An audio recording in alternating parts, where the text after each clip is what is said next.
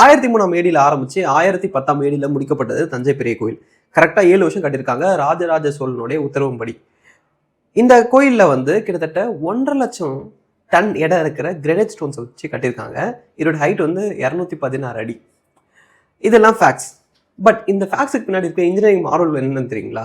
முதல்ல நான் பேஸ்மெண்ட்லேருந்து ஆரம்பிக்கிறேன். கிட்டத்தட்ட 150 லட்சம் டன் இடம் இருக்கிற கல்லை வந்து ஒரு சாயில் வைக்கிறோம்னா அந்த சாயில் அந்த வெயிட்டை தாங்கக்கூடிய அளவு இருக்கணும். பட் தஞ்சை பெரிய கோயில் கட்டின இடம் பார்த்தீங்கன்னா ஒரு ரிவர் பெட், ஓகேங்களா, ஆத்தோரம் சொல்லுவாங்க.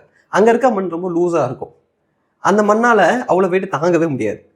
ஸோ அதுக்காக அவங்க என்ன பண்ணியிருக்காங்கன்னா ஒரு டேம்பனிங் சிஸ்டம் வந்து அந்த தரையில் வச்சுருக்காங்க. எப்படின்னா வந்து வெறும் டேரெக்டாக கல்லை தூக்கிட்டு போயிட்டு அந்த மண்ணு மேலே வைக்காம மண்ணுக்கும் அந்த கல்லுக்கும் நடுவில் களிமண், சாண்டு, அப்புறம் கல் இதெல்லாம் சேர்த்து கலவையாக செஞ்ச ஒரு ஜெல்லி டைப் ஆஃப் சப்ஸ்டன்ஸ் வந்து வச்சிருக்காங்க. அந்த ஜெல்லி டைப் ஆஃப் சப்ஸ்டன்ஸ் வந்து இன்னைக்கு இருக்கிற மாடர்ன் ஸ்ப்ரிங் மாதிரி வச்சுக்கோங்க, ஓகேங்களா.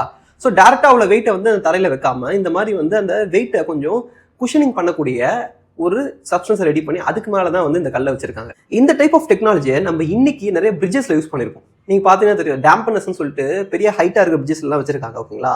அந்த டேம்பனருக்கு இவங்க பண்ணியிருந்த இந்த ஜெல்லி டைப் ஆஃப் சப்ஸ்டன்ஸ் வந்து முன்னோடின்னு கூட சொல்லலாம்.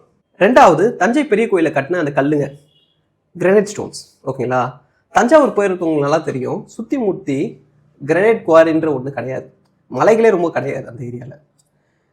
தஞ்சை பெரிய கோயில் கட்டின இடத்துல இருந்து நியரஸ்டாக இருந்த ஒரு கிரானைட் மலை 60 கிலோமீட்டர் தூரத்தில் இருந்திருக்கு அப்படின்னு சொல்லி எஸ்டிமேட் பண்ணியிருக்காங்க, ஓகேங்களா. ஸோ லட்சக்கணக்கான டன் இடம் இருக்கிற கல்லுங்களை 60 கிலோமீட்டர் தூரத்துலேருந்து ட்ராவல் பண்ணி எடுத்துகிட்டு வந்திருக்காங்க. மூணாவது, இந்த அளவுக்கு ஹெவியான ஸ்டோன்ஸை ஒன்றா ஒட்ட வைக்கிறதுக்கு எந்தவித க்ளூவோ பசையோ சிமெண்ட்டோ யூஸ் பண்ணப்படலை. எல்லாமே இன்டர்லாக்கிங் அப்படின்னு சொல்லப்படக்கூடிய மெத்தடில் கட்டியிருக்காங்க. ஸோ பேசிக்காக எப்படி நம்ம வந்து இந்த பசில்ஸில் நீங்கள் பார்த்தோன்னே தெரியும், ஹோல்ஸாக கட்டாக இருக்கும், நம்ம எல்லாத்தையும் கரெக்டாக அடுக்குனா ஒன்றுக்கு ஒன்று பிடிச்சிக்கும் பார்த்தீங்களா. அந்த மாதிரி ஸ்டோன்ஸில் வந்து இன்டர்லாக்கிங் செக்ஷனை கட் பண்ணி அது மூலமாக ஒரு ஸ்டோனை வந்து அடுக்கி மொத்த கோயிலையும் கட்டியிருக்காங்க. நாலாவது, கோயிலோட கோபுரம். கோயிலோட கோபுரத்தில் 80 டன் இடம் இருக்கிற ஒரு கல்லை வச்சிருக்காங்க. அந்த கோயில் கோபுர ஹைட் ஏற்கனவே சொல்லியிருந்தேன் 216 அப்படின்னு சொல்லி. அவ்வளோ ஹைட்டுக்கு ஒரு 80 டன் கல்லை மூவ் பண்ணுறது லிட்ரலி இம்பாசிபிள். இன்றைக்கே வந்து அது லிட்ரலி இம்பாசிபிள். அன்றைக்கி இன்னும் இமேஜின் பண்ண முடியாத அளவுக்கு வந்து ஒரு சேலஞ்சிங்கான டாஸ்க். அதுக்காக அவங்க என்ன பண்ணியிருக்காங்கன்னா கிட்டத்தட்ட 12 கிலோமீட்டர் தூரத்தில் இருக்க ஒரு ரேம்ப் கட்டியிருக்காங்க. அந்த ரேம்போட லென்த் வந்து 12 கிலோமீட்டர், ஓகேங்களா.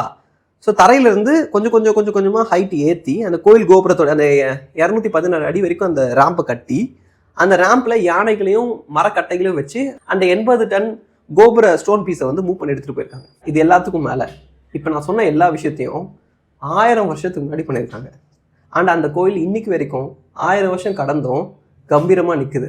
நம்ம நிறைய சமயம் ஃபாரின் பீப்புள் தான் வந்து நிறைய வியக்க வைக்கிற விஷயங்கள்லாம் பண்ணுறாங்க அப்படின்னு சொல்லி நம்ம வந்து ஒரு மென்டாலிட்டியில் இருக்கோம். ஆனால் ஆக்சுவலாக அது வந்து ஒரு ப்ரொபகேண்டா. அவங்க வந்து இந்த மாதிரி விஷயங்களெல்லாம் நிறைய எடுத்து இன்னும் பெருமைப்படுத்தி ரொம்ப மார்க்கெட் பண்ணி சொல்கிறாங்க. நம்ம அதெல்லாம் சொல்கிறது கிடையாது. சொல்லப்போனால் எங்கள் பாதி பேருக்கு அது தெரியவும் தெரியாது. அதுதான் ப்ராப்ளமாக இருக்குது. ஸோ நம்ம ENS சேனல் மூலமாக இந்த மாதிரி நம்மளுடைய ஹிஸ்டாரிக்கல் இன்ஜினியரிங் மார்வல்ஸையும் நான் கொஞ்சம் எடுத்துகிட்டு வரலாம் ட்ரை பண்ணுறேன். ஸோ இந்த மாதிரி கண்டென்ட்ஸ் நீங்கள் நிறைய பார்க்கணும்னு நினச்சிங்கன்னா கீழே கமெண்ட் பண்ணுங்கள். நான் அடுத்து எந்த டைப் ஆஃப் தமிழ் ஹிஸ்டாரிக் கண்டென்ட்டை பேசணுன்றதையும் சஜஸ்ட் பண்ணுங்கள்.